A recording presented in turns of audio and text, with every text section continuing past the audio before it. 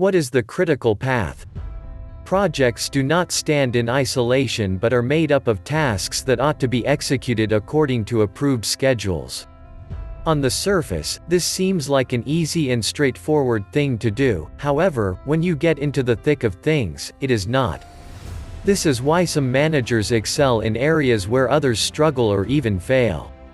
There are many ways project managers schedule activities in order to meet deadlines, but drawing up a successful schedule involves identifying the pivotal aspects or phases of a project. This brings us to the critical path analysis. What is the critical path?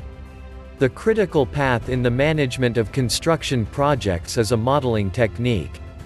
This model details the sequence of work stages where managers point out the least anoint of time required to finish a task without fail. So, in essence, a critical path is the longest possible time task initiators will take to finish a task. History of the critical path model. This model was developed at the end of the 1950s by James E. Kelly and Morgan R. Walker. They created the model around the same period that the U.S. Navy and Alan Hamilton were working on a similar model. The critical path model dates back to the Manhattan Project.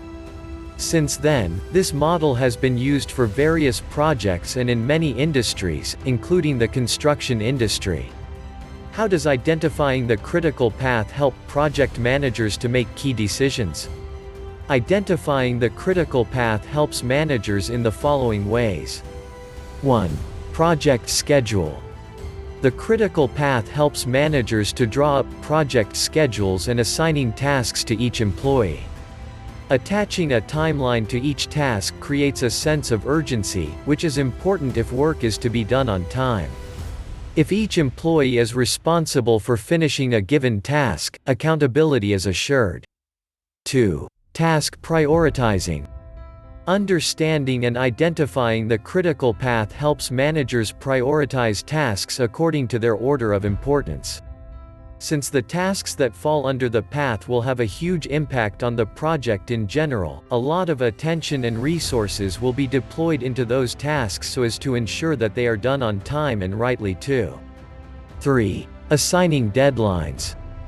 Companies assign deadlines to employees and departments. Establishing the critical path makes this a lot easier.